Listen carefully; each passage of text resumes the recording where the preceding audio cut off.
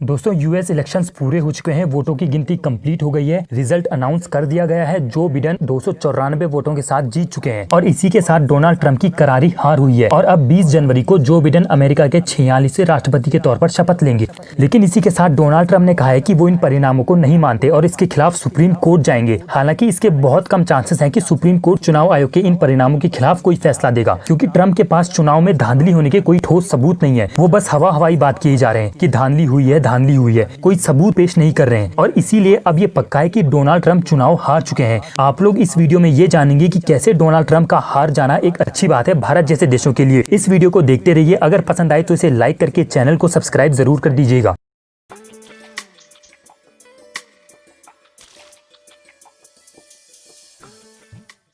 दोस्तों 2016 में जब ट्रंप चुनाव लड़ रहे थे तो उस समय उन्होंने काफी सारे ऐसे स्टेटमेंट्स दिए थे जिनसे ये लगने लगा था कि ये बंदा भारत के लिए नुकसानदेह हो सकता है, और हुआ भी ऐसा ही। उदाहरण के लिए जब वो चुनाव लड़ रहे थे तो उन्होंने फॉरेन नेशनल्स को मिलने वाले ग्रीन कार्ड्स यानी कि H1B वीजा कार्ड्स के नियमों को और ज्यादा स्ट्रिक्ट करने की बात कही थी, और राष्ट्रपति बनने के बाद उन्होंने वो किया भी। और इससे जो सबसे ज्यादा नुकसान हुआ वो इंडियंस को हुआ, क्योंकि अमेरिका आने वाले इमिग्रेंट्स की संख्या में एक बहुत बड़ी तादाद इंडियंस की होती है और ग्रीन कार्ड्स के नियमों को स्ट्रिक्ट करने से इंडियंस को काफी समस्या हुई थी।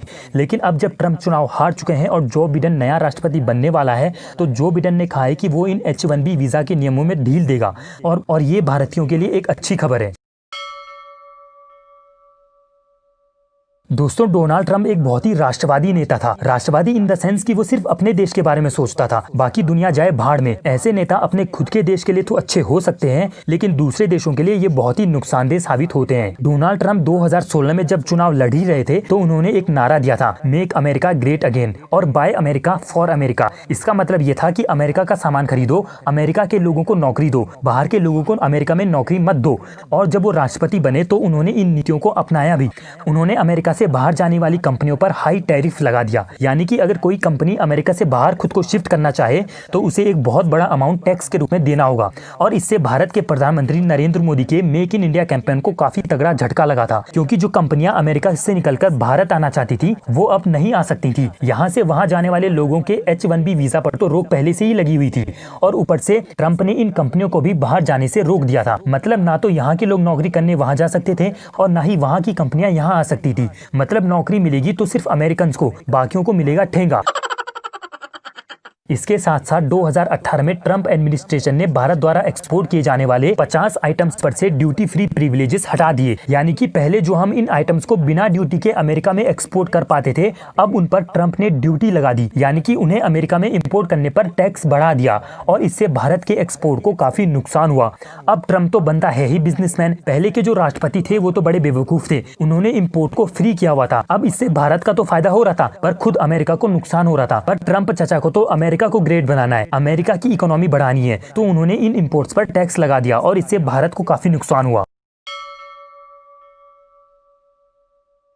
दोस्तों सन 1850 से सन 1900 के बीच इस अर्थ का एवरेज टेम्परेचर 13 डिग्री सेल्सियस हुआ करता था, लेकिन इंडस्ट्रियल रिवॉल्यूशन होने के बाद पिछले 150 सालों में अर्थ का एवरेज टेम्परेचर 2 डिग्री सेल्सियस तक बढ़ गया। इसी खतरे को ध्यान में रखते हुए दिसंबर 2015 में दुनिया भर के बड़े बड़े लीडर्स फ्रांस की राजधानी पेरिस में बैठे और एक एग्रीमेंट पर सहमत हुए कि उन्हें अपने अपने देशों की इंडस्ट्रीज के कार्बन उत्सर्जन को कम करना है, कोयले के इस्तेमाल को कम करना है। इस पर दुनिया के 125 देशों ने हस्ताक्षर भी किए थे, लेकिन 2016 में ट्रंप ने अमेरिका को इस समझौते से वापस खींच लिया, जबकि अमेरिका दुनिया का दूसरा सबसे बड़ा कार्बन उत्सर्जक देश है और भारत तीसरा। लेकिन ट्रंप ने भारत का नाम लेते हुए ही अमेरिका को इस समझौते से पीछे खींच लिया और कहा कि अमेरिका की एयर क्वालिटी बहुत अच्छी है एज कम्पेयर टू इंडिया। जबकि दोस्तों एयर क्वालिटी और कार्बन उत्सर्जन दोनों में काफी अंतर होता है। एयर क्वालिटी भले ही भारत की बहुत खराब हो, लेकिन अगर कार्बन उत्सर्जन की बात की जाए तो इसमें चीन सबसे पहले नंबर पर है, दूसरे नंबर पर अमेरिका है और तीसरे नंबर पर भारत है। लेकिन अगर एयर क्वालिटी की बात की जाए तो भारत की एयर क्वालिटी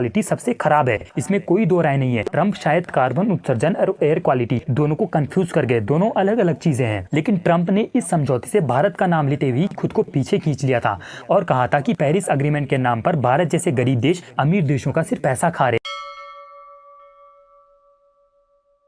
तो दोस्तों अगर देखा जाए तो पिछले 4 महीनों में डोनाल्ड ट्रंप भारत के लिए कुछ फायदेमंद साबित नहीं हुए हैं। कई बार उन्होंने एंटी इंडिया स्टैंड लिए हैं। इवन कई बार उन्होंने इंडिया को कंडेम भी किया है एयर क्वालिटी के लिए, पॉल्यूशन के लिए, गरीबी के लिए, नौकरियां खा जाने के लिए और भी कई सारी चीजों के लिए उन्होंने इंडिया को कई बार कंडेम किया है। पिछले 4 सालों में उन्होंने इंडिया के लिए कोई बहुत अच्छी बात नहीं कही है और उनकी नीतियों से भी भारत को हर बार सिर्फ नुकसान ही हुआ है, चाहे वो नरेंद्र मोदी के मेक इन इंडिया कैंपेन को हुआ हो या फिर बाकी दूसरे कामों को। तो देखा जाए तो डोनाल्ड ट्रंप का हार जाना भारत के लिए एक अच्छी बात है। अब अमेरिका में जब जो बिडेन आएगा तो जो बिडेन एक लेफ्टिस्ट नेता है, वो कोई राष्ट्रवादी नेता नहीं है। वो अमेरिका की भलाई नहीं सोचेगा, वो दूसरे देशों की चिंता ज्यादा करेगा। तो इससे भारत का फायदा होगा। भारत को तभी फायदा है जब अमेरिका में राष्ट्रवादी नेता ना हो। जैसे कि जो बिडेन है वो एक लेफ्टिस्ट नेता है, वो कोई राष्ट्रवादी नेता नहीं है। वो जो नीतियां बनाएगा उनसे अमेरिका को बहुत ज्यादा फायदा नहीं होगा, अमेरिका को नुकसान ही होगा और इससे भारत को फायदा होगा, भारत जैसे छोटे देशों को फायदा होगा। तो इसलिए भारत को डोनाल्ड ट्रंप के हार जाने से फायदा ही हुआ है। खैर, आपका इसके बारे में क्या कहना है मुझे नीचे कमेंट करके बताइए। अगर आपको ये वीडियो अच्छी लगी तो इसे लाइक करके चैनल को सब्सक्राइब कर दीजिए। मिलेंगे हम लोग किसी और वीडियो में किसी और टॉपिक के साथ। तब तक के लिए धन्यवाद।